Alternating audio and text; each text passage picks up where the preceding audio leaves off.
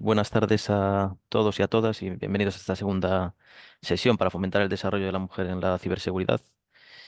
Sesión que da continuación a la anterior del pasado miércoles, pero que en este caso se va a centrar en un ámbito más técnico y más específico, no tan introductorio como fue la del pasado miércoles.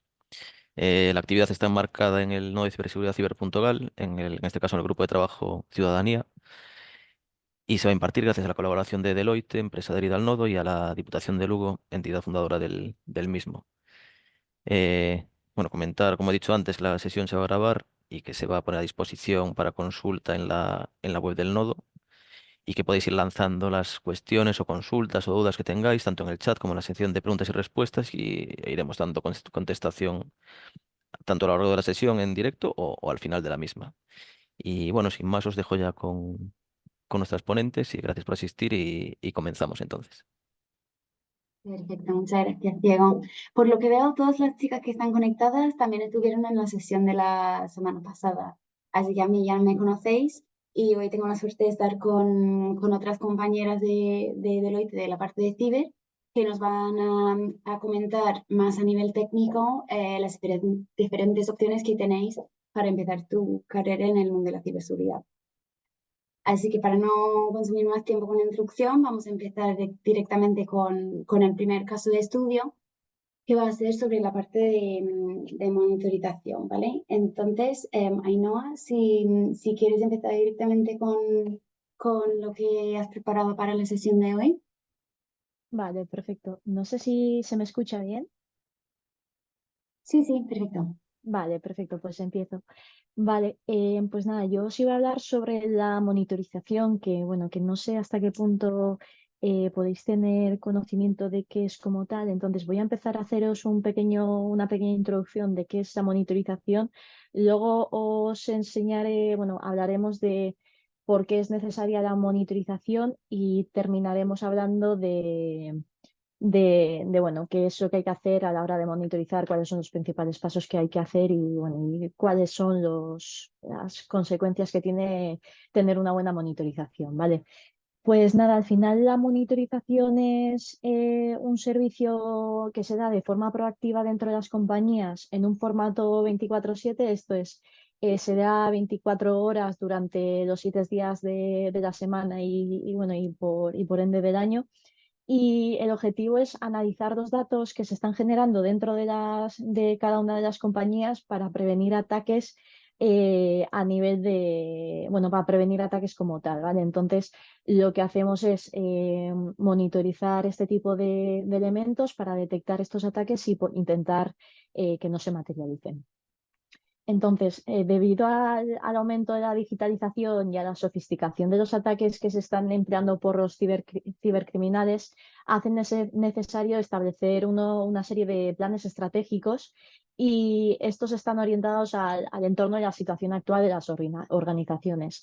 Es por esto que es muy importante tener un plan de detección como tal, saber qué es lo que tengo que detectar y qué es de lo que me podría descartar y bueno, en base a esto, en base a lo que veis en esta slide, hemos identificado, bueno, os hemos señalado las 10 amenazas más comunes que se han detectado en el año 2023, ¿vale? Como vemos en la parte de la izquierda, tenemos aquí las 10 amenazas más comunes que han sido identificadas por la Agencia de Ciberseguridad de la Unión Europea y bueno, hemos marcado en negrita la amenaza tipo ransomware, que al final es un tipo de malware que impide a los usuarios acceder a los sistemas o, bueno, como pueden ser los portátiles o smartphones como tal, o también te impide acceder a archivos personales que hay dentro de estos dispositivos para, pues eso, y esta, bueno, te hace que no puedas acceder a estos tipos de sistemas haciendo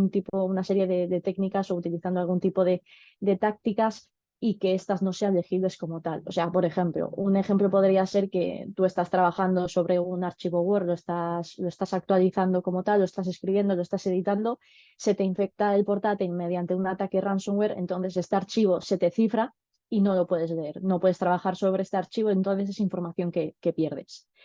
Y lo que suelen hacer los cibercriminales para que tú puedas volver a reutilizar este tipo de documentos que ahora mismo no los podrías utilizar sería el pago de un rescate, digámoslo así, ¿vale? Entonces ellos normalmente les suelen pedir una serie de, bueno, una cantidad de dinero que normalmente suele ser en bitcoins o en algún otro tipo de criptomoneda y tú pagas el rescate y vuelves a tener esta información como tal en un principio, en el mejor de los casos. Entonces, esto es muy importante monitorizarlo y detectarlo, dado que el ransomware como tal tiene, bueno, el coste de remediación en caso de que este tipo de ataque se haya materializado es muy alto. Entonces, antes de que ocurra y tener que invertir un montón de dinero, como son 2 millones de euros de media que se han detectado en el año 2023, lo que se suele hacer es desarrollar una serie de medidas de detección, una serie de estrategias para poder identificar este tipo de ataques y que no se materialicen. Por una parte tendríamos el coste de remediación de este tipo de ataques, que serían de 2 millones, pero luego por otra parte a nivel de disponibilidad de las organizaciones suele durar entre unos 19-21 días. Entonces durante estos días muchas compañías no podrían trabajar de forma eficiente o de forma normal en la operativa diaria. Entonces imaginaos que vosotros, bueno, que este tipo de ataque lo recibe un banco como tal. Entonces este banco estaría inoperativo durante unos 20 días. Y durante estos días significaría que probablemente tú no podrías sacar dinero o hacer algún tipo de compra durante estos días. Y claro, es algo bastante malo tanto para la compañía a nivel económico y a nivel reputacional. Entonces, bueno, una vez explicado el ransomware, también tendríamos otras top 10 amenazas que las voy a explicar, bueno, las voy a mencionar. Y bueno, por una parte tendríamos las amenazas relacionadas con ingeniería social, que pueden ser, pues, por ejemplo, estoy segura de que todos hemos recibido algún tipo de SMS en relación a algún banco diciendo que se ha realizado algún tipo de pago de una alta cantidad. Entonces, bueno, esto sería otro tipo de amenaza que normalmente se recibe bastante. Y luego tendríamos otros tipos de amenazas, ¿vale? Como puede ser la manipulación de la información, amenazas contra la información, amenazas de Internet, denegaciones de servicio, ataques de cadena de suministro y malware, como puede ser viruses, troyanos y otro tipo de malware como los gusanos. Entonces, si puedes pasar a la siguiente, por fin. Gracias. Entonces, como ya hemos comentado, es necesario desarrollar un plan de acción personalizado, y entre ellos también es necesario desarrollar una estrategia de monitorización para proteger a nuestros activos, a nuestros sistemas, a todo lo que tenemos dentro de la compañía, y para ello necesitamos monitorizarlo. Al final, como he comentado antes, trata en una supervisión y en el análisis proactivo de la actividad de los sistemas y redes para poder identificar posibles amenazas o anomalías, ¿vale? Entonces, el objetivo que tenemos es prevenir, detectar y responder a posibles alertas de seguridad. Al final, lo que hacemos aquí es generar como una base de datos donde se van capturando toda la información que se va generando, ya sea en portátiles, en móviles, en los cortafuegos, antivirus y otro tipo de herramientas. Y al final lo que se hace es vuelcas toda la información en tiempo real y tienes un repositorio unificado con toda la información que se vaya generando en la compañía. Entonces, lo que solemos hacer es recopilar esta información y vamos analizando estos datos para poder detectar estas actividades sospechosas. Entonces, ¿qué es lo que solemos mirar por una parte? Por una parte, nos fijamos mucho en los servicios que están en la nube, ¿vale? Por ejemplo, los tipos de nubes como SharePoint, OneDrive o otros tipos de entornos cloud, solemos analizar o solemos monitorizarlos para identificar quién accede a este tipo de plataformas, si se sube algún fichero, bueno, y detectar si se sube algún tipo de fichero, detectar quién está bajando qué tipo de fichero. Luego, por otra parte, también analizamos los endpoints y los servidores, que al final son, bueno, por una parte tendríamos los servidores como tal, Y luego por otra parte tendríamos los portátiles, smartphones y bueno, todo lo que sea un endpoint como tal, ¿vale? Porque al final muchos de los ataques ransomware pues van dirigidos a los portátiles de los empleados, de los usuarios, entonces también es un punto muy importante a monitorizarlo. Luego, por otra parte, también tendríamos que monitorizar temas de, bueno, todo lo que pase en la red, temas de firewalls y, bueno, WAF, proxies y todo lo demás. A nivel de navegación también tenemos que monitorizar qué es lo que hace cada usuario, qué página visita, qué tipo de documento está subiendo, qué tipo de documentos está descargando, más que nada para detectar si por una parte se puede estar subiendo información que pueda considerarse algún tipo de fuga de información o si se está pudiendo descargar algún tipo de malware. Y luego, por otra parte, también tendríamos que monitorizar el email para ver qué tipo de, bueno, qué correos se están enviando y qué tipo de documentos o adjuntos estás pudiendo recibir tú para detectar si puede existir algún tipo de malware, ¿vale?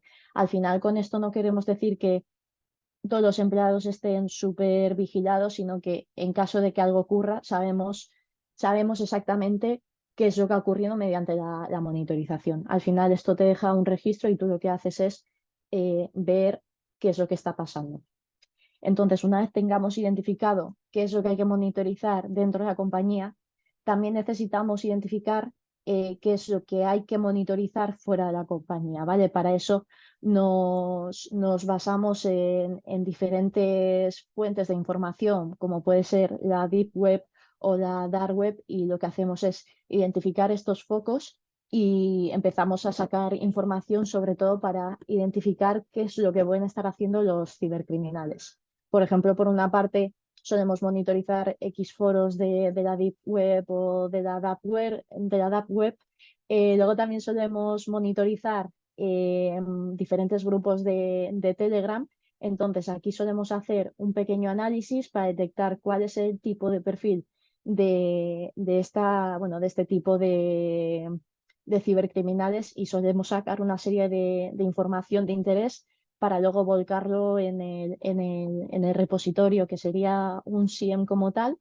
Y lo que hacemos aquí es eso, utilizar la información que ya disponemos a nivel de la compañía como la que se puede obtener fuera de la compañía. Si puedes ir a la siguiente, porfa. Vale, gracias. Y nada, ahora que ya os hemos explicado, por una parte, pues qué es lo que hay que recopilar y cómo se hace a alto nivel, pues ahora entraríamos ya cuáles son los siguientes pasos de la monitorización. Una vez tengamos ya toda la información recopilada y volcada en nuestra base de datos, por decirlo de alguna manera, en nuestro SIEM, lo que tenemos que hacer lo siguiente es normalizar los datos. Al final, como estamos trabajando con tantas cantidades de datos, eh, todos los datos seguramente tengan un formato diferente y tenemos que normalizarlo de alguna manera, ¿vale? Tenemos que unificar el formato porque al final, como cada fuente o cada dispositivo, por decirlo de alguna manera, es de su padre y de su madre, pues es posible de que muchos tengan un formato diferente y luego no podamos establecer relaciones de forma automática.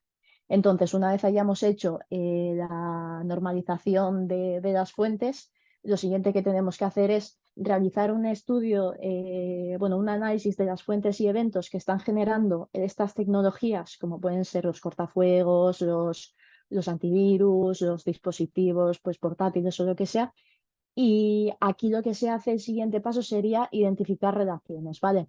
Al final utilizamos una serie de reglas para correlar eventos que igual en un principio no estén relacionados, pero mientras, bueno, mediante nuestro conocimiento y otro tipo de información que tengamos a mano, pues solemos generar una serie de relaciones y de ahí generamos los casos de uso a alto nivel, que al final es una pequeña query que solemos generar, bueno, solemos listar una serie de condiciones para detectar el comportamiento sospechoso que queremos generar. Entonces, bueno, lo siguiente que haríamos sería generar este borrador de comportamientos sospechosos y bueno, y luego el objetivo de esto sería, pues eso, identificar actividades sospechosas como tal. Una vez hayamos generado una primera versión del caso de uso, esto es, hayamos identificado exactamente qué es lo que queremos monitorizar, lo siguiente que tenemos que hacer es poner en revisión este caso de uso, que al final significa de que lo vamos a dejar como bueno, en preproducción, por decirlo de alguna manera, y aquí lo que haremos será ver cuál es el comportamiento que está teniendo este caso de uso, ¿vale? Aquí lo dejaremos durante un tiempo, bueno, un periodo de tiempo como pueden ser 2 semanas o algo parecido, y aquí nos dedicaremos a afinar el caso de uso, a corregir errores y a detectar posibles falsos positivos, ¿vale?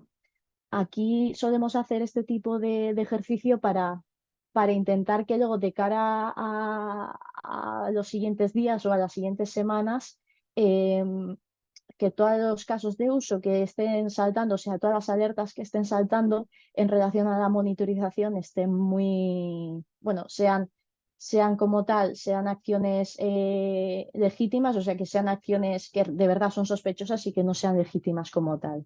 Entonces, bueno, lo solemos dejar durante bueno, un tiempo en concreto, pueden ser 2 semanas o dependiendo de la complejidad, puede ser un poco más y vamos afinando poquito a poco el caso de uso. Y luego, una vez hayan pasado estas 2 semanas bueno, o el tiempo que fuera necesario, lo siguiente que haríamos sería decir que, bueno, indicar que el caso de uso ya está en producción. Entonces, las personas que se encargarían de la monitorización, bueno, de monitorizar estos casos de uso como tal, estarían notificados y en caso de que saltase esta alerta, ellos sabrían cuáles son las acciones que habría que ejecutar para ver qué tipo de análisis se tendría que hacer, ¿vale? Aquí, cuando generamos un caso de uso, normalmente solemos generar otro documento en paralelo para decir, vale, en el momento que te salte este caso de uso, lo siguiente que tienes que hacer es ejecutar esta serie de acciones para ver de dónde está viniendo el caso de uso y en caso de que se necesitara más experiencia debido a que es algo bastante complejo, pues le tendríamos que decir a quien habría que escalárselo, que normalmente suele ser a gente que ya tiene más años de experiencia. Y bueno, esto sería un poco un resumen de lo que sería la monitorización a alto nivel. Bien, muchísimas gracias, Ainhoa. A vosotros. No hay ninguna pregunta en el chat. No sé si queréis aprovechar ahora para preguntar cualquier cosa específica sobre esta parte. Si no, como bien os ha comentado Diego antes, podemos dejar también las preguntas para el cierre de la sesión. Pero si queréis aprovechar ahora también, sin problema.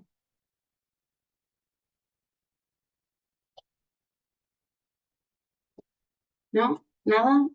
Vale, perfecto. Pues vamos a pasar al siguiente bloque y está aquí la responsable de la línea de gestión de incidentes.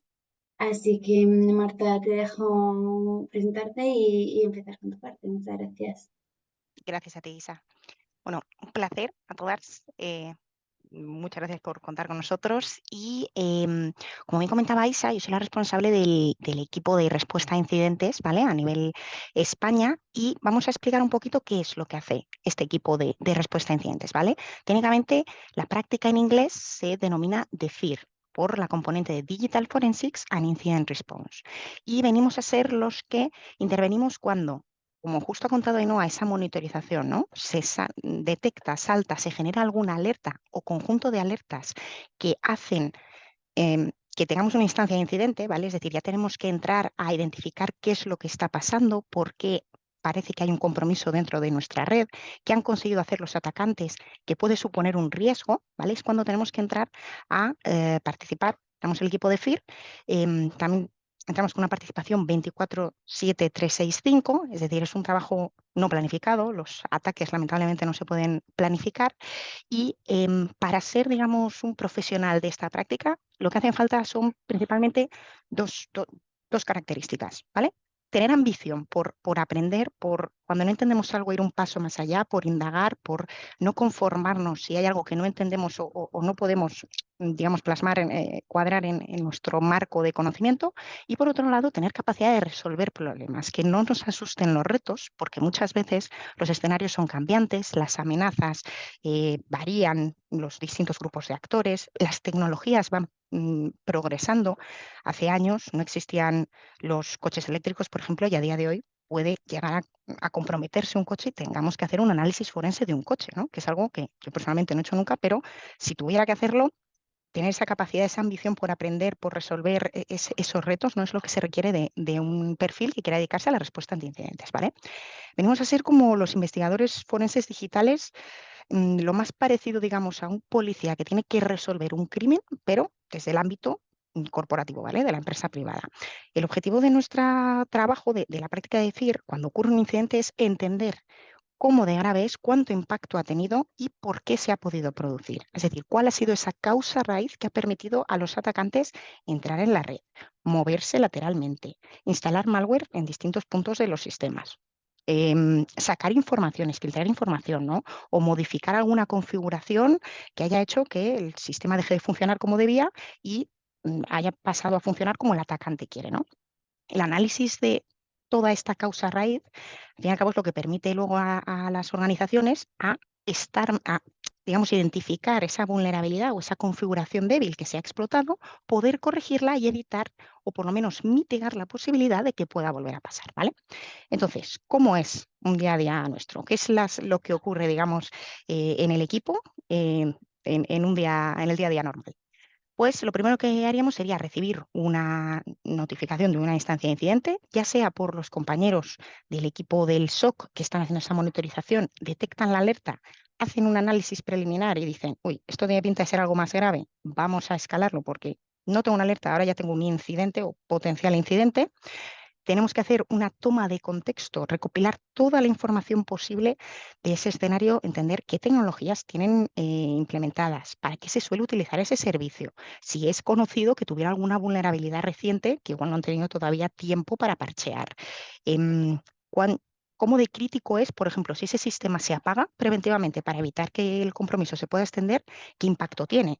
No es lo mismo igual apagar una máquina que es lo único que sirve es para imprimir, ¿vale? Que temporalmente pues simplemente los empleados no pueden imprimir, a apagar el servidor web de una multinacional que vende online y que de repente todos los clientes ya no pueden comprar, que además van a ser conscientes de que está ocurriendo ese incidente, ¿no?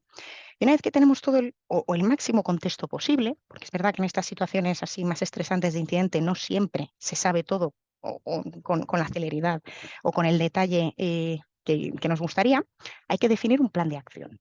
Un plan de acción y empezar con esa investigación, ver qué fuentes de todas las fuentes distintas que tenemos para analizar, máquinas, móviles, sistemas de seguridad como puede ser el SIEM, comentaba antes Ainhoa, donde se integran distintas fuentes y logs de muchas partes, un EDR, que al fin y al cabo es un agente que monitoriza a nivel de endpoint todas las máquinas que hay en una organización.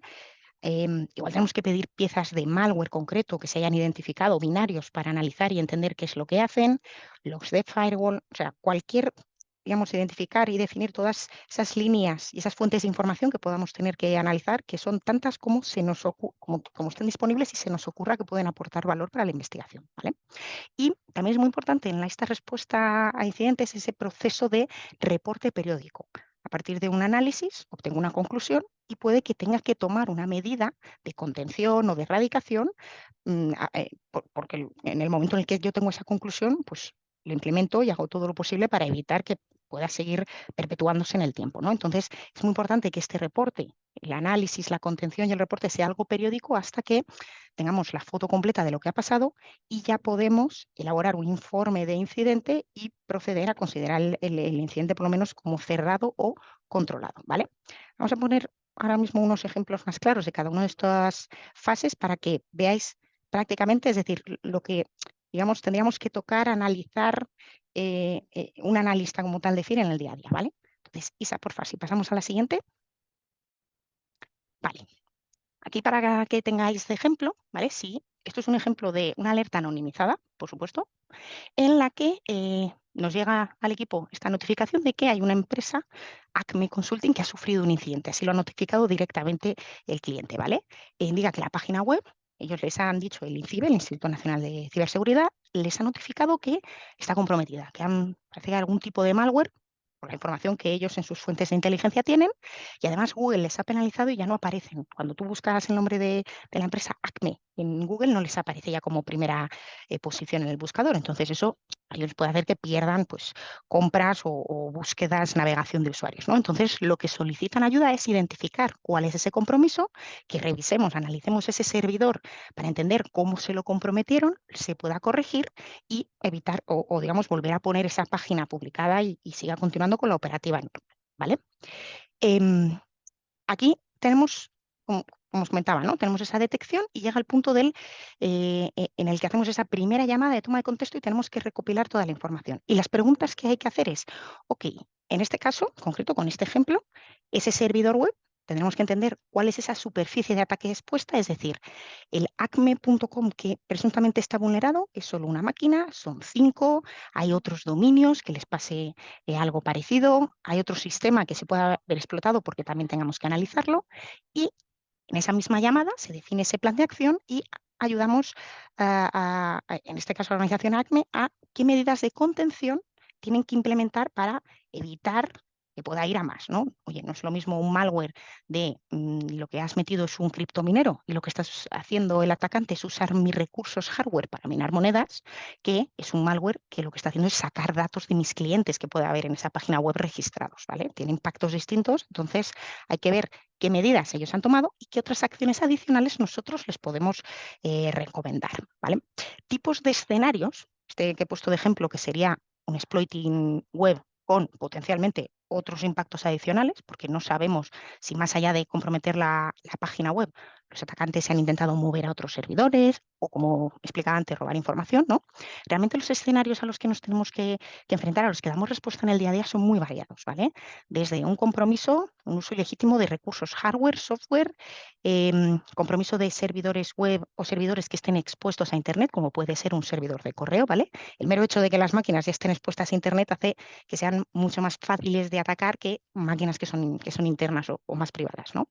Fraude interno, hay veces que el caso no es porque hay un atacante externo que va contra la empresa, sino porque yo tenga un empleado descontento o alguien que pues igual le han intentado sobornar para que haga una acción maliciosa y a nivel investigativo también tengo que, digamos, mitigar y resolver los incidentes que vengan de empleados internos, ¿no?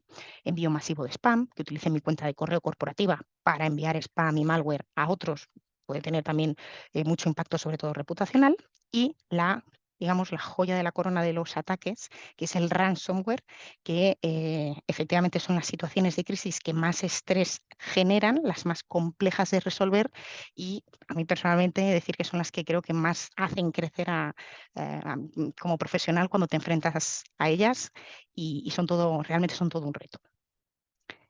Si podemos Marta, pasar esa... por si Sí. acaso puedes definir un poco lo que sería un ataque de ransomware, por si hay alguien conectado que no... Vale, sí, el ataque de ransomware se compone precisamente de la palabra ransom por rescate y ware de la software, ¿vale? Porque es una pieza de malware que lo que hace es cifrar los sistemas o los archivos que hay en un sistema y pide un rescate, se pide a la víctima que pague una cantidad de dinero, normalmente en bitcoins, para que no se pueda rastrear, por darle esa clave de descifrado, el programita que se los desbloquea y los pueden continuar usando. Claro, esto si tenemos copias de seguridad, por ejemplo, y sufrimos un incidente de ransomware, podemos recuperar nuestros sistemas de las copias. Tardaremos un rato, habrá problemas como siempre porque no sepamos muy bien cómo se levanta, cómo se instala, pero digamos no hemos perdido la información.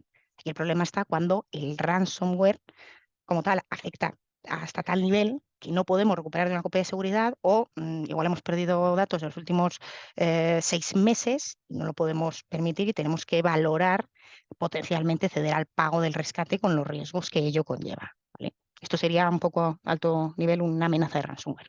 Mil gracias. Vale. Vale, y la parte, os comentaba al principio que el Digital Forensics and Incident Response tiene dos partes, ¿no? El DF, que es el análisis, y el IR, que sería todo lo demás. Es decir, a partir de las conclusiones o hallazgos que yo saco de la investigación, ¿qué acciones tengo que hacer adicionalmente para recuperarme del incidente o mitigarlo, si es una amenaza que igual no ha tenido un impacto tan alto como puede ser este ransomware, y volver a estar en normal y continuar con la operativa normal, ¿vale? Para hacer este DF, este Digital Forensics, utilizamos herramientas muy distintas. Esto, por ejemplo, es un ejemplo, es una suite forense donde Nosotros podemos meter distintas piezas, una copia de un ordenador, de un servidor, de un terminal móvil y demás. Y tenemos distintas funcionalidades que nos permite pues, ver qué ficheros hay tenía en el sistema, si el atacante, por ejemplo, ha iniciado sesión en esta máquina, qué acciones ha hecho, dónde ha navegado, dónde ha clicado, si ha instalado algo que no debiera estar ahí. O sea, nos permite, como investigadores, ir montando esa línea de eventos de lo que ha ocurrido, ¿no? ¿Qué otros artefactos, por ejemplo, podemos ver? Tendríamos también logs, análisis de logs. Si yo quiero saber si un atacante ha podido filtrar información de mi organización hacia afuera, ¿no? Pues recopilando esos logs y con herramientas, como en este caso esa captura donde se ve, son herramientas de análisis masivo de Big Data, de procesamiento de logs que permiten agruparlos, sacar métricas y poder de manera más fácil que teniendo que ir registro a registro, ver exactamente qué es lo que ha ocurrido. Otro artefacto que podemos encontrarnos en el día a día del DEFIR, análisis de malware como tal. Típica pieza de malware. Esto ya empieza a ser un poquito más complejo. Aquí depende de la componente técnica o cómo nos guste, hasta qué punto nos guste la informática, ¿no? Ya nos metemos en temas un poquito más complejos. El análisis de malware permite saber esa pieza, qué es lo que hace para entender que el hecho de que se haya ejecutado en mi sistema, qué implica, qué riesgo supone. ¿Vale? No es lo mismo una pieza de malware de ransomware que cifra todo que una pieza de malware que lo único que hace muestra una pantallita así como un poco dummy de que han hackeado, ¿no? Digamos que hay que entender bien lo que hace para entender el riesgo que tiene asociado el hecho de que se haya ejecutado, de que exista nuestro sistema. Más artefactos que podemos tener que revisar o analizar, ¿no? Código. En el mundo del análisis forense solemos tener que programar mucho, ya sea para hacernos herramientas a nosotros que nos faciliten y nos agilicen y eficienten ese proceso de análisis, como las propias herramientas que pueden utilizar los atacantes, que hay veces que son scripts de código. Y tenemos que aprender a desofuscarlas, interpretarlas, sacar lo que se llama inteligencia de ellas. La inteligencia no es más que el conocimiento en conjunto de ese grupo de esos atacantes o de ese grupo de actores que nos permiten buscarlo en otros sistemas para ver si han llegado a ellos o no. Más artefactos que podemos usar. Desofuscación, precisamente, esta captura que mostramos ahora es, digamos, si desofuscamos la captura anterior, donde está ese código, a veces esto que es un poco como un juego, ¿no? Como un CTF. Oye, el atacante me lo intenta poner difícil, cifrando, ofuscando, codificando, en este caso en base 64, distintas piezas, y haciendo un reversing o tirando el hilo, ya digo, es como un CTF. Pero en la vida real podemos sacar esa inteligencia, en este caso, pues obtenemos una dirección IP que sabemos que es el servidor de los atacantes y ya pues vamos obteniendo más información que nos permite, por ejemplo, bloquear esta dirección IP en nuestros sistemas perimetrales, lo que os comentaba antes, ¿no? De los hallazgos de la investigación, retroalimentamos y vamos emitiendo medidas de contención y avanzamos en ese en la definición de ese plan de acción. Otro artefacto que tenemos también, aquí ya entramos al tema físico, hardware, ¿no? Oye, ¿qué ocurre si tengo que hacer una adquisición de un equipo? Porque comentamos antes el fraude interno, ¿no? Ese insider. Tengo sospecha de que hay un empleado que hace uso ilegítimo de mis recursos, o me está robando información o dinero directamente, ¿no? Pues a veces las adquisiciones las tenemos que hacer con garantía, con mantenimiento de cadena de custodia, incluso ante notario, para preservar toda esa evidencia correctamente y demás, y eventualmente tener que presentarla en un juicio como prueba. Se hace el análisis, se emite un informe con una conclusión objetiva de hemos visto que el usuario de este equipo hace esto, esto y esto, y un juez con eso lo puede tomar como una prueba y decir, pues con consecuencia entiendo que lo que estaba haciendo, por ejemplo, era una negligencia o comportamiento malicioso o similar, ¿vale? Entonces también tenemos hardware específico, ¿vale? Tecnologías y máquinas concretas para hacer estas adquisiciones forenses. Otro artefacto, otra herramienta, ¿no? Que podemos tener que utilizar, la jump back, que denominamos nosotros maletas de intervención on-site. Como decía antes, los incidentes no son planificados y hay veces que por el nivel de impacto nos hacen tener que viajar, salir de la ciudad o a veces del país incluso, ¿no? Entonces tenemos nuestras propias maletas con discos duros, cables, clonadoras, distintos tipos de adaptadores, etcétera, preparados para, si tenemos que ir a hacer esa intervención on-site, que sea ipso facto, lo cojo, me desplazo y empiezo a ayudarte y a dar respuesta desde el minuto 1. Y por último, también quería comentar tema de, antes decía que había que tener mucha ambición por conocer, ¿no? No solamente, o sea, tocamos todos los sistemas operativos y hay veces que tenemos con Windows, con Linux, con MacOS, analizamos un móvil, analizamos en la nube, en cloud, analizamos un PLC, que es una cacharro, digamos, en el entorno industrial que controla directamente maquinaria en fábricas.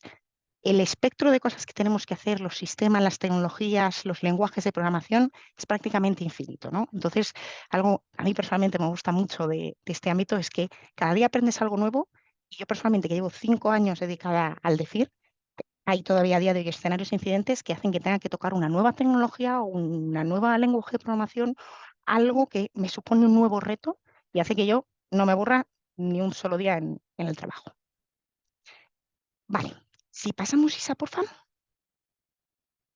Vale, con todas estas distintas ideas, ¿no?, que os he contado de qué analizamos, cómo lo miramos y demás, llega un momento que esta información tenemos que poner orden para trasladarla al cliente y que entienda, que no son expertos en análisis forense, lo que hemos visto, qué consecuencias tiene, ¿no? Decía antes que este reporte periódico es muy importante que se haga, que se expliquen bien esas conclusiones y se retroalimente el proceso, ¿no? Entonces, nos apoyamos mucho en la elaboración de diagramas, de timelines de eventos. Hay veces que tenemos incluso que explicar desde el principio en qué consiste un ransomware o en qué consiste una amenaza de tipo infostealer, ¿no? Un malware de tipo infostealer, qué es lo que el objetivo de ese tipo de malware, qué impactos tiene, qué riesgos, por qué se definen las líneas de investigación, cómo se hacen. Y por ello es importante que ese incident responder tenga esa capacidad de saber adecuar el mensaje, tenga paciencia para explicarlo las veces que haga falta hasta que se entienda, porque puede ser veces que los escenarios son muy complejos, y sea capaz de sintetizar y de ser conciso a la hora de transmitir esta información, ya digo, para poner en valor y que sea lo relevante. Y exhaustivo también en ese análisis para que cuando determina o reportamos, ¿no? Oye, no hay riesgo de infección, no hay persistencia, no ha habido fuga de información. Tengamos muy claro en qué nos basamos para emitir esa conclusión, ¿vale? Que seamos exhaustivos, digamos, y metódicos en ese proceso. Aquí abajo veis un ejemplo de un timeline, ¿vale?, que empieza desde el initial access hasta el impact, que eso en concreto es un ejemplo de cuáles serían las fases que cabría esperar que hiciera un atacante ante un escenario de ransomware. O ponemos el ejemplo de ransomware porque suele ser el más completo, ¿no?, que abarca todo. Y lo que nosotros desde el punto de vista de análisis tenemos que tratar de dar respuesta es initial access, cómo han entrado en nuestra red de la organización.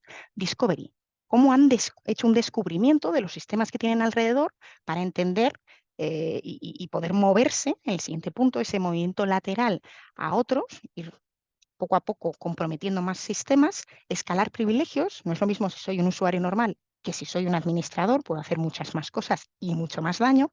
Creo una persistencia y establezco comunicaciones contra mi servidor de Command and Control. Un servidor de comando y control es una máquina controlada por los atacantes que envía las órdenes de instrucciones ilegítimas, maliciosas a los sistemas víctima que están comprometidos, ¿no? Así se aseguran que incluso si la víctima detecta cómo se ha producido ese acceso inicial y lo bloquea, siguen teniendo persistencia dentro de la red, ¿vale? No se les ha echado de manera exitosa. El siguiente punto, tenemos que buscar, evidenciar si ha habido una recolección de información por parte de los atacantes para posteriormente filtrarla y poder de esta forma presionarnos aún más. Ya no te presiono solo con que a que pagues el ransomware porque te he cifrado todo, sino que te presiono a que lo pagues porque te he robado datos y si no pagas los voy a publicar. En función del tipo de dato que hayan robado, pues puede ser más crítico o menos crítico. No es lo mismo unos datos de unos papeles de marketing o de un evento público que unas nóminas de empleados o, en el caso, por ejemplo, de un hospital, datos confidenciales de paciente en el ámbito de la salud, ¿vale? Por último, los atacantes buscan cómo evadir las defensas que pueda haber que podamos tener implementadas, aunque tengamos antivirus, tengamos EDR, que tengamos monitorización 24/7, van a hacer todo lo posible para bypassearlo, para poder deshabilitar esas defensas y que el malware que quieran ejecutar se pueda ejecutar de manera exitosa, que es el momento en el que llegamos al impacto, a esa fase en la que como tal ya es tangible que tenemos un problema. Ya no es que esté el atacante por ahí moviéndose y el resto de la empresa siga con su operativa normal, sino que aquí ya me ha cifrado, Y entonces ya todo el mundo se da cuenta de que algo pasa, es decir, ya tiene una acción de impacto como tal y es en ese momento, normalmente cuando se dan cuenta las organizaciones de el incidente y avisan y piden ayuda de, oye, ¿qué ha ocurrido? Tenemos que resolverlo, ¿vale? Aquí es muy importante que si este análisis que hacemos entero, si no identificamos bien la causa raíz, que la causa raíz es el conjunto de vamos a decir, catastróficas desdichas que ha permitido a los atacantes ejecutar su ataque de manera exitosa, ¿vale? Hay que identificar muy bien cuáles son todos esos diversos puntos que han permitido que el ataque se lleve a cabo de manera exitosa para poder resolverlos, corregirlos y que por lo menos mitiguemos la posibilidad de que esto se pueda repetir de la misma forma, o sea, siguiendo justo las mismas técnicas de ataque en el futuro, ¿no? Ponerle un poco más difícil, al menos al atacante, que si quiere reincidir, pues sea un poquito más complejo. Y por último, si puedes, Isa, pasar. Vale. Por último, tenemos que todo este trabajo que hemos hecho y que hemos ido reportando periódicamente, y además en el caso concreto de los timelines, diagramas y demás, pues es una información que ya tenemos preparada para cuando tenemos que elaborar el informe, ¿vale? Solemos haber dos tipos de informe, uno más ejecutivo y otro más técnico. El ejecutivo es para explicar a la capa de dirección, al alto nivel, ¿vale? Esa capa más estratégica, lo que ha ocurrido del incidente. Porque aunque no suelen tener conocimiento experto en tecnologías ni en ciberseguridad, un incidente como un ransomware, por ejemplo, ha tenido tal impacto que les ha afectado y les ha involucrado directamente. Entonces, tenemos que ser capaces de saber cómo traducir ese lenguaje técnico, digamos, ser capaces de explicarlo tanto lo más técnico, detallado, exhaustivo posible, como lo más alto nivel, con el suficiente nivel de detalle para no omitir nada que pueda ser importante, ¿no? Para esa capa más estratégica.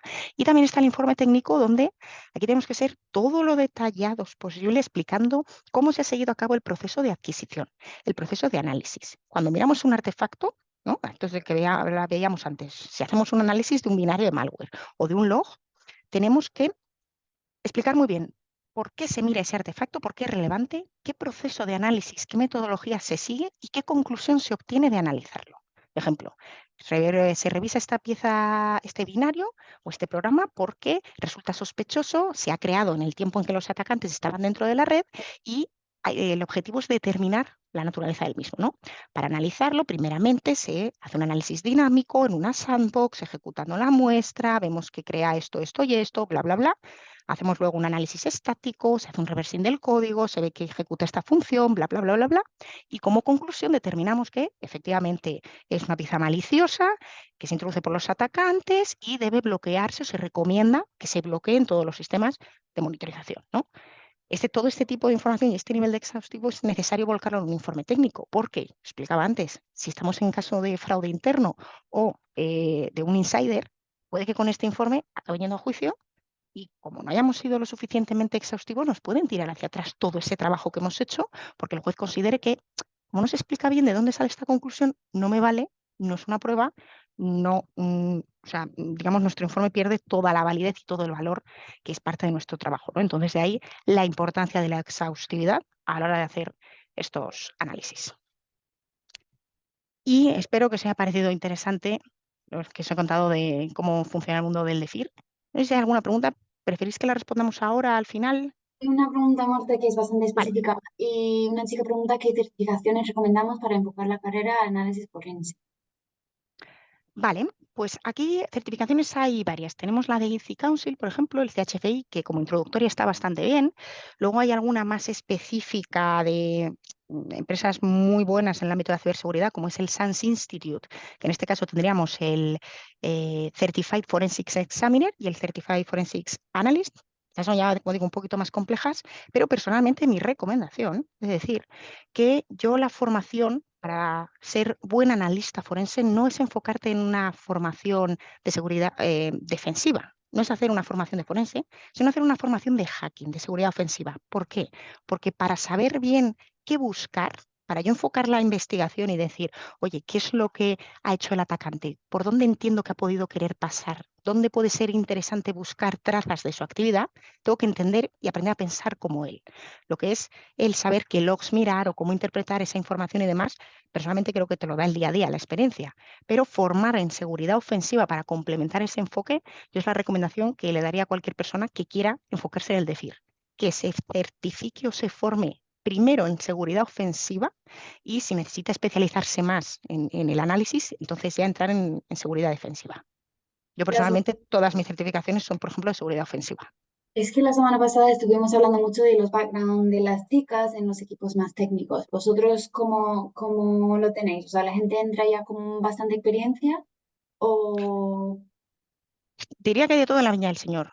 Yo es cierto que sí que, lo que he dicho antes, lo que buscamos son perfiles que tengan ambición por aprender, que vayan siempre un paso más allá y se cuestionen todo y que sean capaces de resolver problemas, que ante un problema no se bloqueen y digan, necesito que alguien me lo resuelva o no sé seguir adelante, sino que busquen planes alternativos, que igual los 5 primeros fallan y hasta ya no probamos el sexto, no damos con la tecla, ¿no? Pero ser proactivo en ese sentido.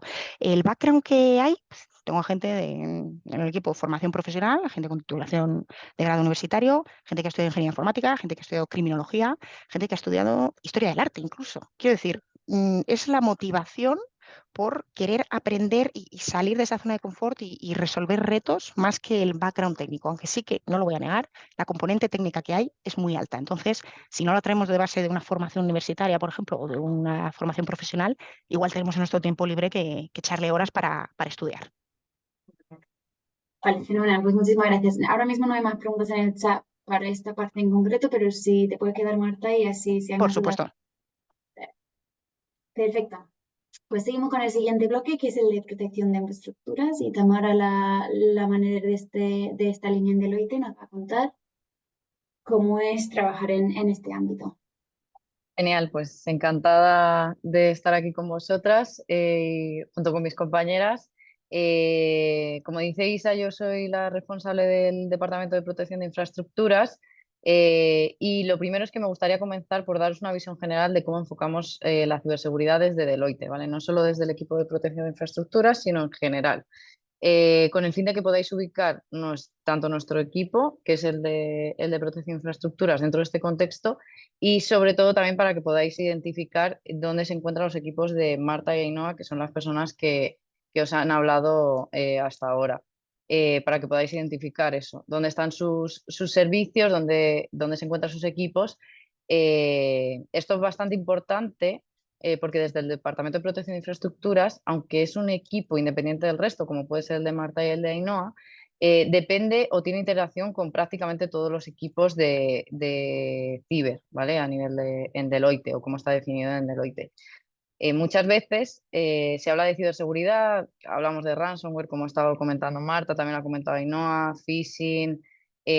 Son nombres que van soltando al aire, pero es complicado aterrizarlo, o yo cuando estaba pensando en esta charla que os teníamos que dar, sí que se me hacía complicado cuando yo estaba en la universidad aterrizar el ámbito de la ciberseguridad o cómo íbamos a trabajar en el día a día.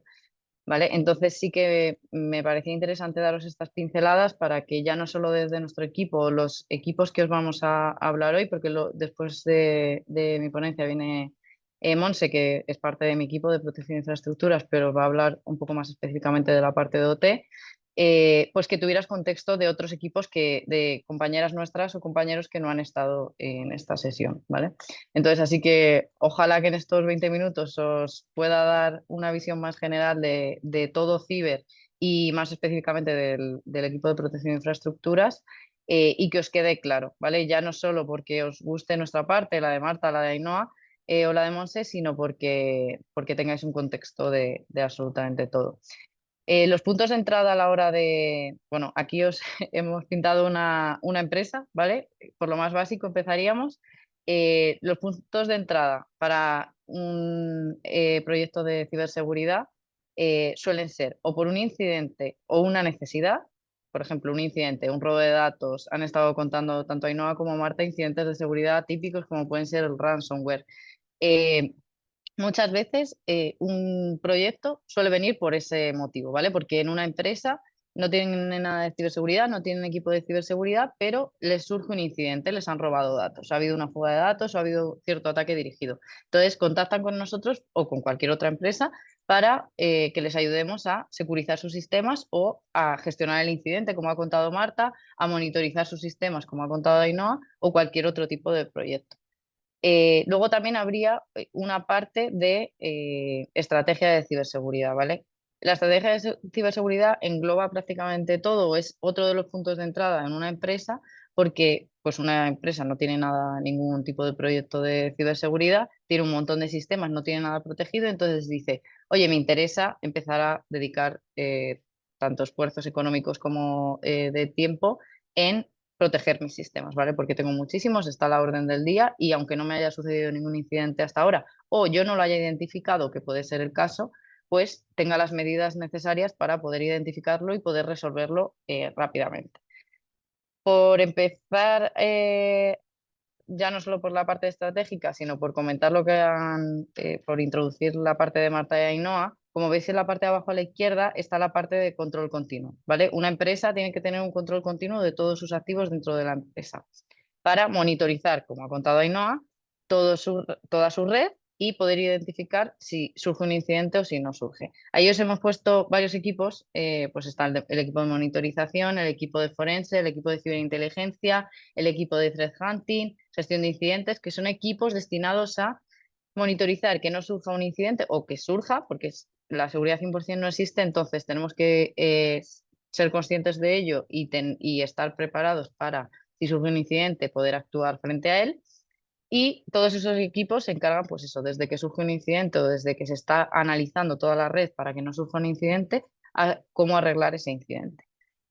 Luego estaría el equipo de seguridad, porque una vez hemos identificado un incidente y el equipo de Marta o el de Ainhoa han identificado cuáles son los gaps que tenemos en esa red a nivel de sistemas, a nivel de endpoint, a nivel de formación a los empleados, cualquier tipo de gap que se encuentre a nivel de riesgos, pues entraría el equipo de seguridad.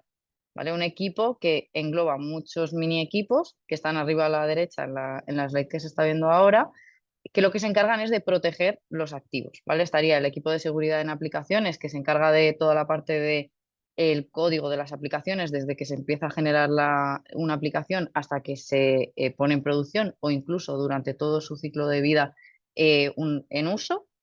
Ellos se encargan de buscar vulnerabilidades dentro del código, ¿vale? Eso sería uno de los equipos. Luego estaría el equipo de protección del dato, que lo que se encarga es de toda la información que se gestiona dentro de una empresa, tanto en reposo como en tránsito, pues ellos se encargarían de categorizarla, clasificarla, ver qué información es más importante, qué información no, y en base a eso, pues poner medidas o herramientas de seguridad para proteger toda esa información.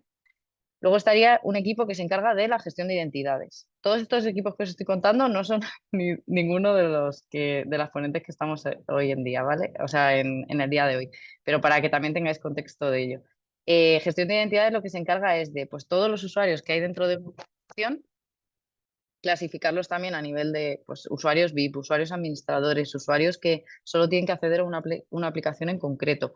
Y lo que se encargan es de darle seguridad a ese tipo de usuarios o a ese activo. ¿Vale? Luego estarían equipos de gestión de vulnerabilidades o el equipo de hacking, que es el más conocido, ¿vale? Si a alguien le preguntas de ciberseguridad, lo primero que te va a decir es hacking. Pues ese equipo se encarga de buscar vulnerabilidades, pero a nivel de ya no solo aplicaciones como el equipo de seguridad en aplicaciones a nivel de código, sino que se encargarían de buscar aplicaciones pues, a nivel web, a nivel de sistemas, a nivel de X herramientas de seguridad, sobre todo de caja negra, ¿vale? Con un enfoque de caja negra que es sin nada de información del activo. Y luego también estaría el Red Team, que es un equipo que se encarga de simular que son atacantes, entonces pues intentan atacar a cualquier activo de la compañía. Vale. Como he comentado anteriormente, había dos causas de que las empresas destinaran tiempo y recursos a un proyecto de ciberseguridad.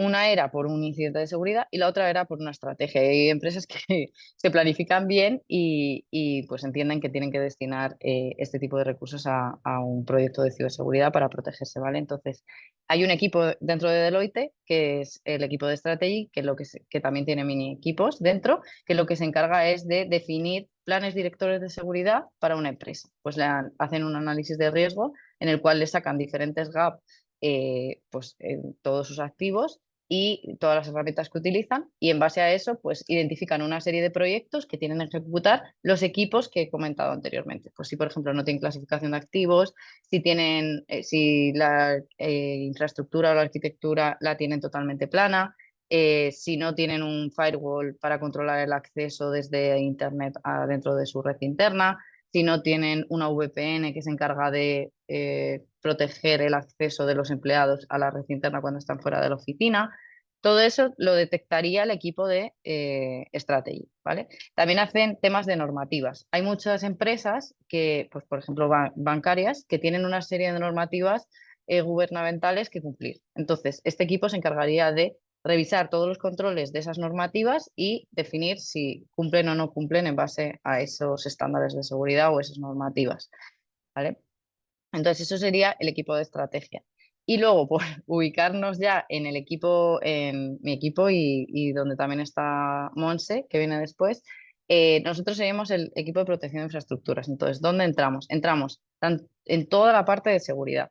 Lo que nosotros tenemos que identificar, y ya me voy a la parte de arriba a la izquierda, es cuáles son los activos dentro de una empresa. Dentro de una empresa que puede tener servidores, tiene una red definida, tiene workstation para todos los puestos de usuario que tienen los empleados, puestos de usuario que tienen clientes, en muchas ocasiones, depende del negocio, servicios que tengan expuestos, páginas web, impresoras que tengan en su red, todos los activos que se os ocurra, incluso las personas también son activos, ¿vale? Entonces nosotros teníamos identificado todo ese perímetro, ¿vale? Todo lo que influye a la empresa y el equipo de protección de infraestructura lo que se encarga es de protegerlo, ¿vale? Tenemos muchísimos proyectos muy diferentes entre sí, por eso no os he traído uno específico porque era un poco complicado de identificar uno solo, pero sí que quiero que os quedéis con que nosotros protegemos todos los activos o todos los sistemas dentro de una red, ¿vale? Hay equipos específicos de pues, gestión de identidades, de protección del dato, pero nosotros nos encargaríamos de tanto servidores como puestos, como servicios expuestos y todas las herramientas de seguridad que se os ocurran, que os hayan dado la carrera o incluso algunas que no habéis oído hablar nunca de ellas, ¿vale? Por comentaros tipos de proyectos que nosotros hacemos, por ejemplo, si una empresa tiene la red totalmente plana, eso quiere decir que no tiene segregado su red en diferentes pues, activos o funcionalidades. Por ejemplo, no tiene sentido que una entidad bancaria tenga todo su parque de cajeros automáticos definida en una misma red, ¿vale? Porque si, por ejemplo, un atacante accede a esa red, va a poder saltar a todos los servicios de la compañía, PCs de los empleados, PCs del director general, absolutamente tendrá acceso a todo, ¿vale? Entonces nosotros lo que tenemos que tener controlado es que haya una segregación de VLANs en este caso para que, bueno, para dividirlo tanto física como lógicamente, para que si hay algún tipo de incidente de seguridad no puedan saltar de una red a otra. En este tipo de proyecto nosotros lo que hacemos pues es analizar todos los activos que tienen, cómo se interconectan entre unos y otros, definir una matriz de visibilidad para saber cuáles son las conexiones necesarias entre uno y otro y configurar en el firewall o definir las reglas en el firewall que deberían de tener entre unas y otras, ¿vale? Incluso dónde deberían de estar esos firewalls. A nivel de servidores, pues igual, tendríamos que tener los servidores divididos en una red específica y luego también habría seguridad pues, dentro del propio servidor. Seguramente en la carrera, bueno, si alguna sois o estáis estudiando informática o sois informáticas o telecos, habréis visto temas de sistemas operativos. Pues al final, dentro de un puesto o de un workstation o de un servidor, hay por debajo un sistema operativo. Nosotros nos encargaríamos desde el equipo de protección de infraestructuras de proteger ese sistema operativo para que pues, tenga el firewall de Windows configurado, si es un Windows, tenga los puertos específicos que necesita y no tener abiertos puertos que no debería de tener abiertos, que las contraseñas sean robustas, que se roten las contraseñas cada cierto tiempo. Todos esos tipos de controles son los que nosotros solemos hacer dentro del propio sistema operativo. Con los workstation es lo mismo. Nosotros definiríamos controles para que los workstation estuviesen de la manera más segura posible, teniendo en cuenta siempre el tema de que la seguridad 100% no existe, ¿vale? Entonces, nosotros lo que intentamos es proteger todo lo que podamos esos activos. Y a nivel de servicios expuestos, lo mismo. Lo que nosotros intentamos es configurar las herramientas que tenga el cliente de manera segura para que, si surge un incidente, ponérselo lo más complicado posible a esos posibles atacantes, ¿vale? Tanto herramientas que estén expuestas a Internet como herramientas que estén totalmente internas y accesibles para los internos de la compañía, ¿vale? Porque siempre puede haber un insider que ya se haya colado en la compañía y tenemos que ponérselo lo más complicado posible. Como herramientas de seguridad que os quería traer, bueno, lo veis en el cuadradito de abajo, pero seguro que algunas no suenan y otras seguro que sí, pero bueno, porque tengáis un poco contexto, nosotros sobre estas herramientas lo que hacemos es tanto configurarlas de manera segura, hacemos un benchmark de soluciones, por ejemplo, si un cliente no tiene un firewall pues de DMZ, que es la zona desmilitarizada, perdón, a la zona interna. En esa zona de MZ lo que hacemos es publicar los servicios expuestos a Internet, ¿vale? Entonces, ahí debería de haber un firewall para que si alguien consigue acceder a esos sistemas, no acceda a toda la red interna.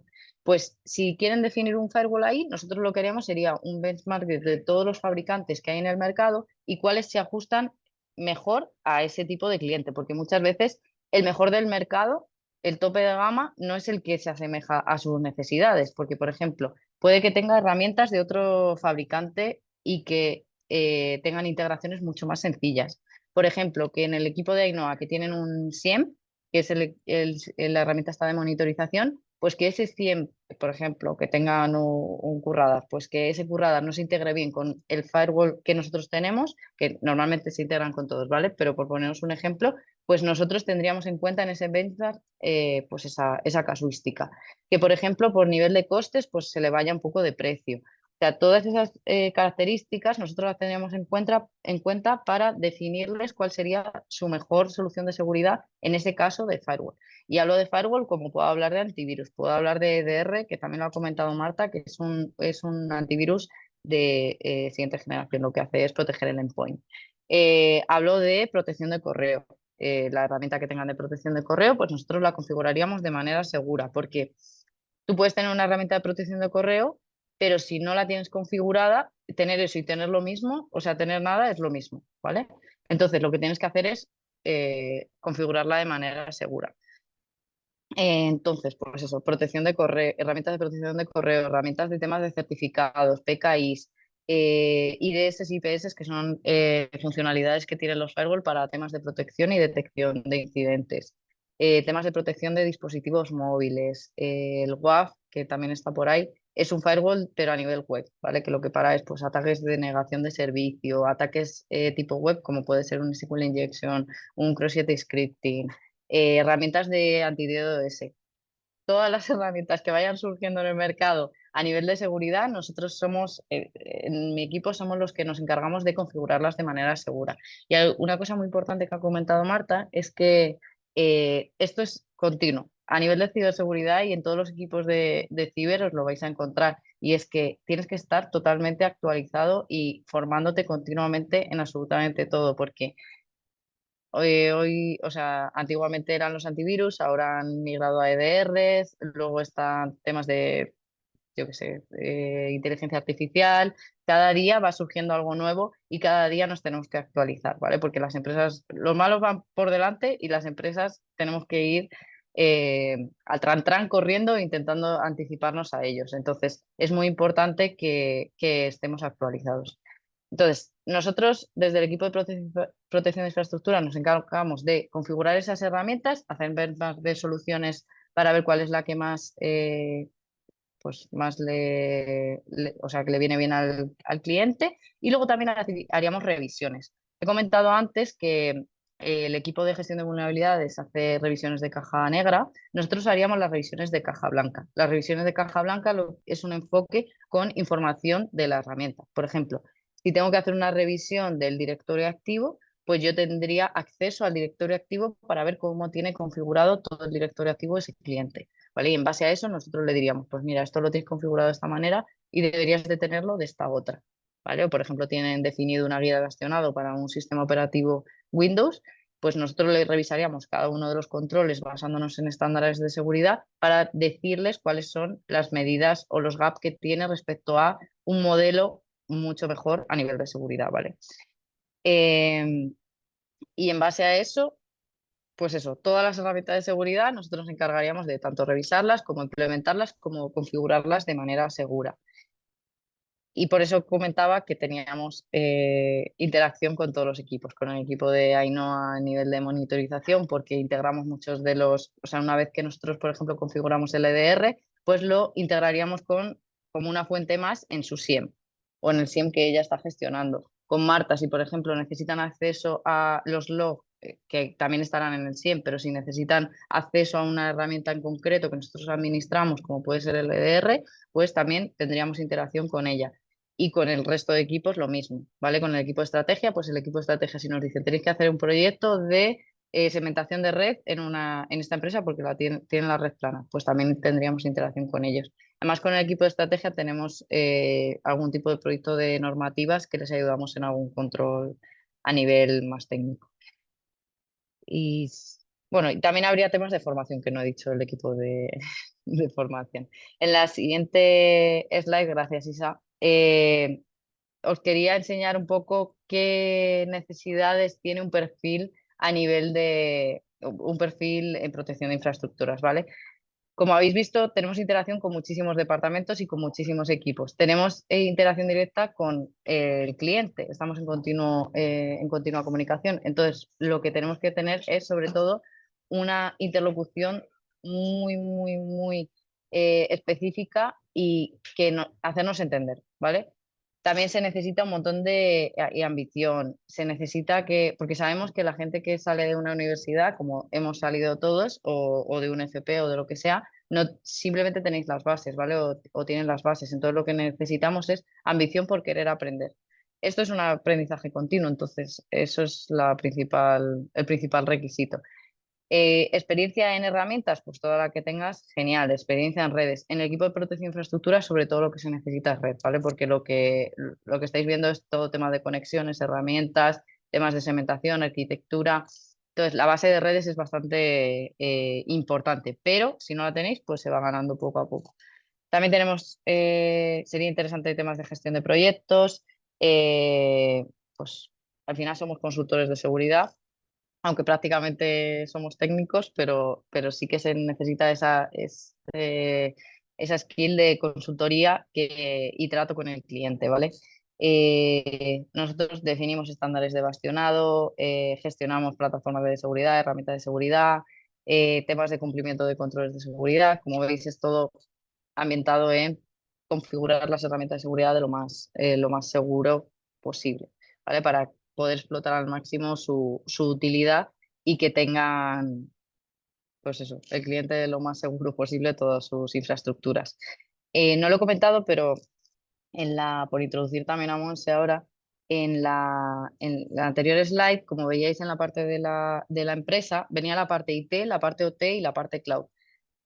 En Deloitte, bueno, en otras empresas a lo mejor sí, pero en Deloitte no lo tenemos dividido, ¿vale? El equipo de protección de infraestructura se encarga de tanto la infraestructura IT tradicional como la infraestructura OT, como la infraestructura cloud, ¿vale? Porque al final las herramientas de seguridad son las mismas, aunque se llamen de manera diferente. Entonces, las skills que tenemos en el equipo sirven tanto para una infraestructura como para otra, aunque ahora os comentará Monse seguramente en la parte de OT, bueno, y en la parte de cloud también, pero que en cada una de las infraestructuras tienen sus nomenclaturas específicas, tienen sus protocolos de seguridad específicos. Entonces, es interesante pues, que si estás enfocado en unos proyectos de cloud, pues tengas más conocimiento de cloud, y si tienes proyectos de OT, como es el caso de Monse, pues tengas conocimientos más de OT. En mi caso, por poneros también el ejemplo, que no es necesario que tengas conocimientos de una o de otra, porque yo hago proyectos de absolutamente todo, he hecho de proyectos de las tres infraestructuras, ¿vale? Y no sé si tenéis alguna pregunta, no lo he mirado, creo que No no. hay ninguna pregunta en el chat, pero Tamara, con lo que os comentaba ahora de los diferentes ámbitos, vosotros en el equipo tenéis planes de formación definidos según el rol del consultor en cuestión, ¿no? Que lo tenéis súper bien definido. Sí, Para... nosotros todos los años en el equipo lo que hacemos es, en base a las necesidades que tú tengas o las expectativas que cada profesional tenga, en base a los proyectos que haga y en base a las carencias que nosotros detectemos, pues porque haya hecho una carrera, no todos en el equipo son telecos o informáticos, ¿sabes? Hay matemáticos también. Entonces, en base a esas necesidades, nosotros le definimos un plan de formación, tanto formación específica con certificaciones como formación a nivel general, ¿vale? Por ejemplo, también Marta comentaba temas de formación intrusiva, no tanto defensiva, aunque en nuestro equipo se podría identificar como un equipo totalmente defensivo. Es muy interesante tener formaciones a nivel ofensivo para también saber dónde atacan o por dónde te van a venir ese tipo de atacantes. Pero sí, tenemos formaciones específicas pues de defensa, como formaciones específicas de herramientas. Si, por ejemplo, estás desplegando un firewall de Palo Alto, de Checkpoint o de lo que sea, pues nosotros tendríamos formación con esos fabricantes para que pues estés formándote continuamente y antes de hacer un despliegue en un cliente, pues puedas hacerlo en un entorno de laboratorio. Tenemos un entorno de laboratorio también para poder desplegar todo ese tipo de infraestructuras y estar trasteando continuamente. Así que sí, tenemos formación específica, porque es lo que he comentado antes, entendemos que no todo el mundo nace sabiendo, entonces, es más, es que yo llevo 7 años trabajando de esto y siguen saliendo términos y cosas que no he visto en la vida y que tengo que seguir formándome, ¿sabes? Entonces, pues es Es el que, día a día de un profesional de ciberseguridad, yo creo. exacto, pero es que quería comentar lo de las formaciones porque muchas chicas nos han preguntado en estas dos sesiones sobre qué debería hacer ahora después de salir de la Sí. universidad. O sea, qué opciones hay para hacer prácticas. Y quería comentar un poco que lo tenéis definido para ayudarles a seguir creciendo, ¿no? Sí, por ejemplo, por poner un ejemplo muy sencillo, pero que no deberíais de tener que sacaroslo por vuestra cuenta ni nada, pero nosotros a los chicos que entran nada más salidos de la carrera y no tienen mucha formación en red, por ejemplo, pues lo que les ponemos es el CCNA, que es una certificación totalmente de redes que les explican absolutamente todo. Incluso nosotros internamente lo que hacemos son workshops que cada mes tenemos un workshop que parte del equipo da al resto de equipos, porque como habéis visto tenemos tantos tipos de proyectos que a lo mejor te tiras 5 años y no has visto un tipo específico de proyecto. Pues entonces lo que hacemos es eso, cada mes uno de los equipos o cada 2 meses uno de los equipos se encarga de explicar su proyecto y cómo se ejecuta su proyecto al resto del equipo. En IP, que nosotros lo llamamos así, Protección de Infraestructuras, somos 115 entre Madrid y Barcelona.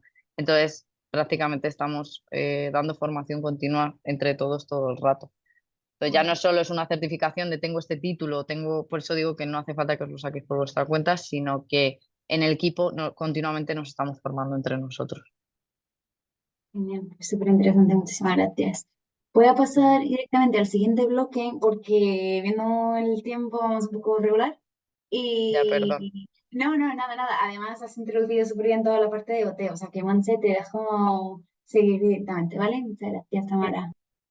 Por confirmar, ¿me escucháis, verdad? Vale, perfecto. Bueno, pues buenas tardes a todas. Como ha comentado Tamara, pertenezco al equipo de protección de infraestructura y quería pues comenzar también dando las gracias por estar aquí con nosotras y compartir este rato y que espero pues que sea útil y podáis aprender mucho.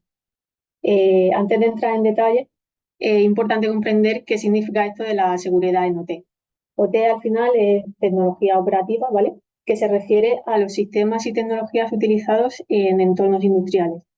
A diferencia del mundo IT, que se enfoca en la gestión de datos y la infraestructura informática, OT se centra en el control de procesos físicos, ¿vale? Como la automatización de maquinaria, sistemas de control industrial y dispositivos en sectores pues, como la energía, petróleo, automoción, sanidad o fábricas industriales.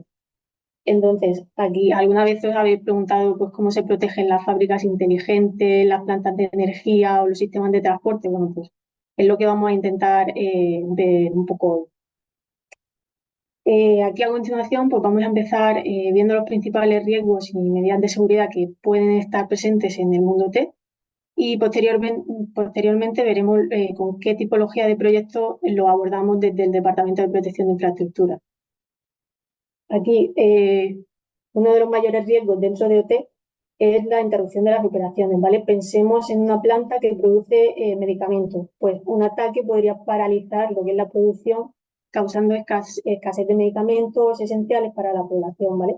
Las interrupciones no solo afectan a la productividad, sino que también pueden tener consecuencias graves para la salud y la seguridad pública.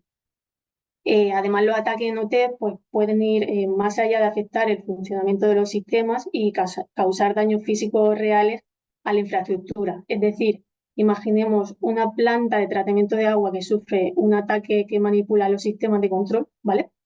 Esto podría resultar en la liberación de productos químicos tóxicos en el suministro de agua, ¿vale? Imaginar lo que pasaría con el agua potable. Además, también existen riesgos para la seguridad del personal. No solo se trata de máquinas y sistemas, sino también de la seguridad de las personas que trabajan en un entorno OT. Al final, un ataque exitoso podría comprometer la seguridad de los empleados. Imaginemos un escenario en el que un atacante logra comprometer los sistemas de control, aumentando, por ejemplo, la temperatura y la presión de los sistemas de manera no autorizada, ¿vale? Y esto podría pues, desencadenar situaciones extremadamente peligrosas para los trabajadores, poniéndolos a condiciones de trabajo extremas y poniendo pues, en riesgo su salud y su seguridad. Otro punto a tener en cuenta es que en el mundo TEC a menudo encontramos sistemas antiguos que fueron diseñados antes de que la ciberseguridad, digamos, fuese una prioridad. Estos sistemas carecen de las medidas de seguridad que vemos en tecnologías más recientes, ¿vale? Entonces, esta brecha entre lo antiguo y lo nuevo, pues al final crea puntos débiles que se pueden explotar más fácilmente.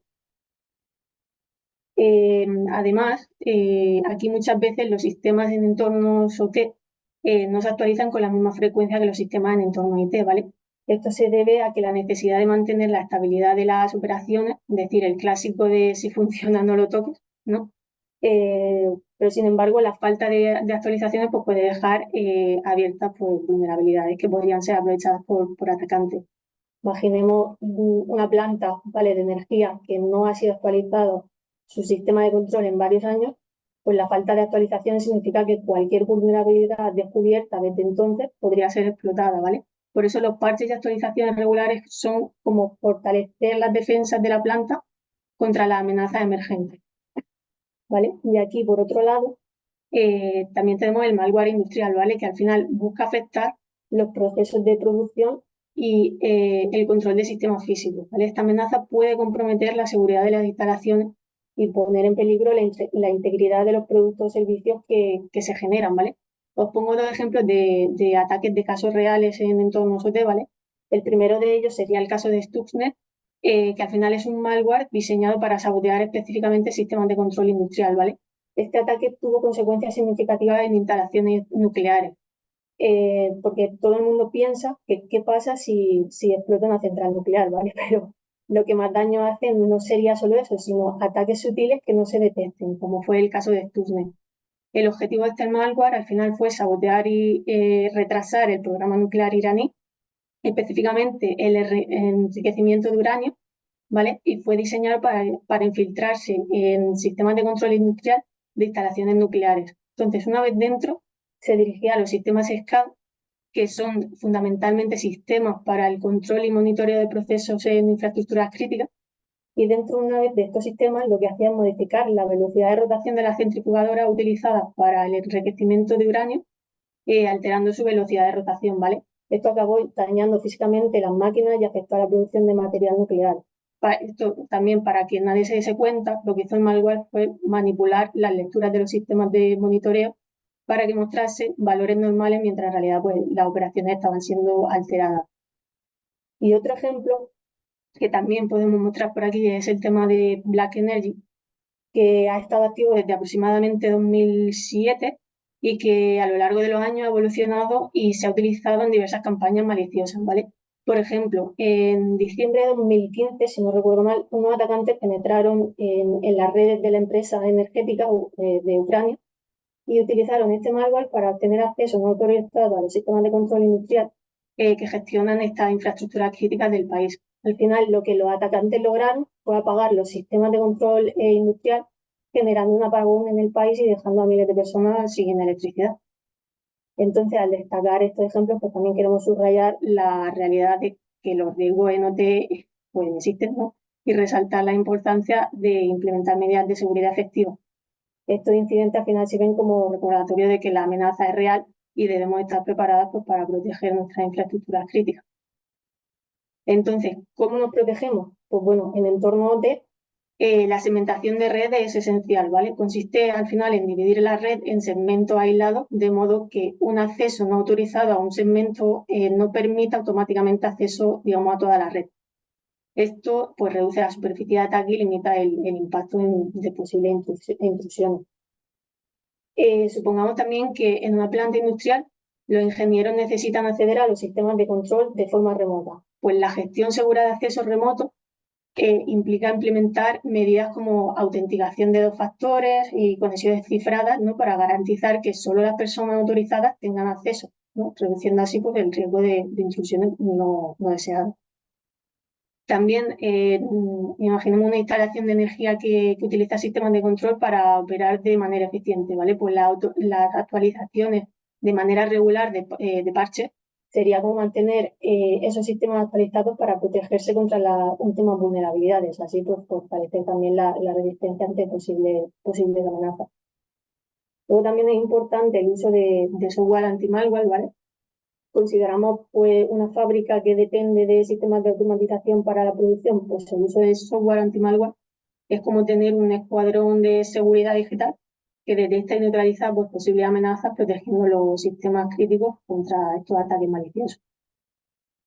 Luego el tema de bastionado de equipo, ¿vale? Si pensamos, por ejemplo, en un sistema de control que regula la temperatura en un entorno sensible, pues bastionar estos equipos implica reforzar su seguridad mediante la configuración adecuada o la eliminación de servicios innecesarios y la aplicación, por ejemplo, de políticas estrictas que garanticen su resistencia ante posibles manipulaciones. Luego también es importante contar con copias de seguridad que se realicen de manera periódica para que se pueda restaurar la información en caso de pérdida, daño y así pues, poder asegurar la continuidad operativa. Además, un tema también bastante importante es el tema de los dispositivos USB, ¿no? Supongamos que en un entorno de producción se utilizan dispositivos USB para transferir datos. Pues existen las llamadas estaciones de limpieza, que son al final como puntos de control que aseguran que estos dispositivos estén libres de malware antes de ser conectados a los sistemas críticos, y así podríamos evitar la propagación de posibles amenazas que pudiesen estar en esos dispositivos. Por otro lado, la monitorización continua de actividades es como tener un sistema de cámaras de seguridad que observa la red constantemente, ¿vale? Está observando pues, el tráfico de esta red, identificando cualquier actividad sospechosa y permitiendo una respuesta inmediata. Entonces, el tema de la monitorización continua también es un tema bastante importante que se debe de implementar. Y por último, y no menos importante, entra en juego la sincronización de tiempo, ¿vale? Es algo que al final mucha gente no le da mucha importancia, pero con esto nos aseguramos de que todos los relojes de los sistemas en la red estén perfectamente sincronizados. ¿Por qué? Porque esto es crucial luego para la correlación de eventos, como podría ser temas que hace el equipo de Marta, ¿vale? Y la detección de posible amenaza en el tiempo. Al final, pues implementar este tipo de medidas podemos fortalecer significativamente la seguridad en entorno y construir una defensa sólida contra esta amenaza en nuestras infraestructuras críticas, ¿vale? Recordar que la seguridad es una responsabilidad compartida y cada una de nosotras pues, podemos ser un agente clave en la protección de nuestros sistemas. Luego, si pasamos a la siguiente slide, después de todo este rollo que os he comentado, podría comentar qué tipos de proyectos abordamos, ¿no? Con todo esto. Bueno, pues dentro del amplio abanico de posibilidades que tenemos desde nuestro Departamento de Protección de Infraestructura en el ámbito OT principalmente, abordamos una serie de tipologías de proyectos, ¿vale? Despliegue de tecnologías. Aquí nos encontraríamos con la casuística de que un cliente quiere implantar una nueva tecnología en su entorno, por ejemplo, una solución antivirus o una zona de monitorización, ¿vale? Pues en este caso deberíamos comenzar haciendo un estudio para entender el entorno que tiene montado el cliente, ¿no? Para esto nos apoyaríamos mucho en entrevistas para que puedan ellos contarnos, ¿no? Y en la revisión sobre todo de su documentación interna, pues para ponernos un poco al día. Una vez hecho esto, se pasaría a realizar un benchmark de tecnologías que comentaba antes Tamara, poniendo por encima de la mesa las diferentes tecnologías en las que el cliente está interesado y evaluar los puntos fuertes, los puntos débiles de cada una y ver cuál se ajustaría mejor a sus requerimientos y necesidades, ¿vale? Una vez hecho esto, se pasaría a realizar una POC, que sería una prueba de concepto de las tecnologías elegidas, donde ya sí se probaría en el entorno del cliente pues, cómo funciona cada una de ellas. Y como resultado de esta prueba de concepto, pues saldrá al final la que más interese al cliente, la que más se adecua a sus necesidades y será la que se despliegue finalmente y se configure en producción. ¿Vale? Otra tipología de proyectos que tenemos también es el tema de formación de clientes, ¿no? Formaciones en tecnologías desplegadas, ¿vale? Para dotar al cliente de un conocimiento básico en dichas herramientas y también temas de capacitación de ciberseguridad industrial. Al final, debido a la gran evolución que está sufriendo el sector industrial, en el que cada vez más dispositivos tienen la necesidad de tener conexión con Internet y la obsolescencia que presentan la mayoría de redes industriales, pues surge la necesidad de concienciar a las personas de la importancia que tiene actualmente la ciberseguridad en este sector. Otro tipo de proyecto que tenemos es el tema de arquitecturas de referencia, ¿vale? Que consiste en identificar y clasificar pues, los componentes esenciales del entorno del cliente, como pueden ser los servidores, las redes, las bases de datos, mientras seleccionamos tecnología y protocolos pues, alineados con nuestros objetivos. La creación de un diseño modular y la consideración de los aspectos de seguridad, como la segmentación de red que comentábamos antes, al final pues, son esenciales para garantizar que la arquitectura pues, sea resistente y sea sobre todo también escalable. Entonces, al final, todo esto se traslada a una documentación detallada que se convierte como en una guía, asegurando una comprensión pues, clara entre los distintos equipos que a veces pues, no nos damos cuenta de que no hablan mucho, no hay mucha comunicación, y establece pues, al final una base sólida para el desarrollo continuo del entorno y de los sistemas, ¿vale? Y así es como construimos pues, arquitecturas escalables que puedan perdurar y evolucionar. Y ya por último, tenemos proyectos que son assessment de seguridad OT, ¿vale? Son evaluaciones de seguridad en las que nos basamos principalmente en controles de seguridad que ya están definidos por nuestros equipos, ¿vale? Evaluando, pues, al final qué controles están presentes en la infraestructura del cliente y cuáles no han sido implementados. Entonces, esta evaluación nos permite recomendar mejoras específicas con el objetivo de elevar el nivel de seguridad de su infraestructura. Dentro de esta tipología de proyectos también realizamos una revisión más exhaustiva del bastionado de los activos de la planta para evaluar pues, su nivel de seguridad mediante un análisis más detallado de las configuraciones. Al final, estas revisiones se llevan a cabo gracias a unos scripts que desarrollamos internamente, ¿vale? Por nuestros equipos, que nos permiten identificar de manera precisa y más eficiente pues, posibles vulnerabilidades y fortalezas en la seguridad de los activos de planta. Y en base a esto, pues se les diría, oye, mira, tienes esto configurado de tal manera y es mejor que lo configures de esta otra. Ya por último, llevamos a cabo un descubrimiento de activos y vulnerabilidades, ¿vale? Mediante el uso de sondas de monitorización OT. Al final, lo que nos hemos encontrado cuando vamos sobre todo a planta es que la gente no tiene conocimiento de lo que tiene en planta. O sea, no existe un inventario de activos que te diga qué cantidad de equipos tienes, cuáles son, dónde están conectados, etcétera, ¿vale? Entonces, al final, estas zonas nos permiten identificar de manera exhaustiva pues, todos los activos conectados en la planta, conocer los sistemas operativos instalados en cada uno de ellos, identificar las vulnerabilidades asociadas a dichos sistemas operativos y mapear, sobre todo, los flujos de comunicación entre cada uno de estos activos.